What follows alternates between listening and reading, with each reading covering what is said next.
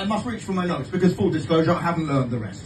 And I want you to know sincerely that I never will. I'm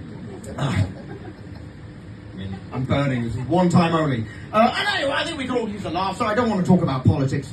But I must say, I am nostalgic for the old days when we called a Nazi, not a right-wing protester with legitimate concerns about immigration. It's a simple formula.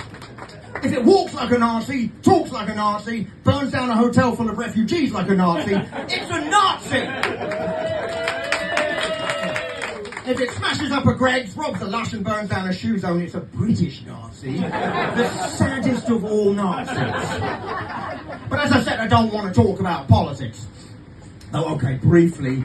Many congratulations to the Farage right. You've finally taken our country back to the 1930s. Well done. I don't know how. Do you remember how that turned out for you last time? Also, well done on rocking up and burning down Weymouth's biggest non-existent mosque. That'll teach them to build their imaginary house of worship on the sacred ground of a rundown Victorian Savoy slot machine park. Actually, Weymouth's older than that. I looked at the Wikipedia page yesterday, and this is what it said. The history of the town stretches back to the 12th century and had a key role in the spread of the Black Death. So they've held on to one tradition. But I don't want to talk about politics. But I do worry about my own attitudes. Maybe I'm becoming a little less compassionate, a little less nuanced towards these failed lab experiment offcuts from a pot-bellied pig and gorilla crossbreeding program.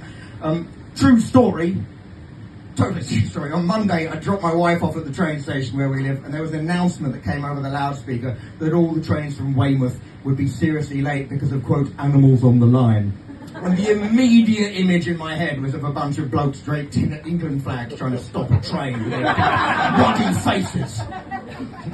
Now, some people might say a group of marauding outsiders coming into a territory uninvited, taking it over and looting the local resources is not a British value. But actually, check your history and find we've got form on this. The next thing I wrote was just foreign exchange pogrom. Never mind. Anyway, I don't want to talk about politics. But it is also worth acknowledging that alcohol does play its part in these riots.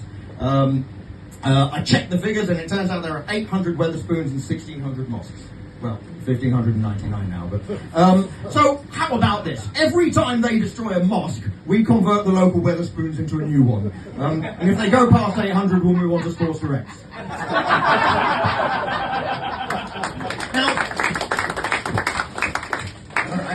Now, don't misunderstand me. I am not saying that everyone who chooses to drink in a Wetherspoons is a violent racist moron unwittingly exploited by a far-right alliance of national, international and transnational groups intent on destabilising and ultimately destroying the rule of law within the democratic system of the world's developed economies in order to keep the working classes focused on blaming immigrants, refugees and other marginalised communities for the gross inequality they experience, lest they unite and rise up against the malfunctioning, corrupt, kleptocratic global plutocracy and the largely acquiescent client media together shitting out a torrential news flow of misinformation, disinformation, defamation, inflammation and the aspirational distractions of money, sex and fame to a deeply frustrated populace hopelessly addicted to status acquisition, sporting tribalism and the vicarious experiences of celebrity properties. I'm not saying that. But I am thinking. That's the kind of joke that only works in a place like this, at least on paper. Finally, I do want to point out that there's a far-right gathering in Bournemouth planned for Sunday, August 18th.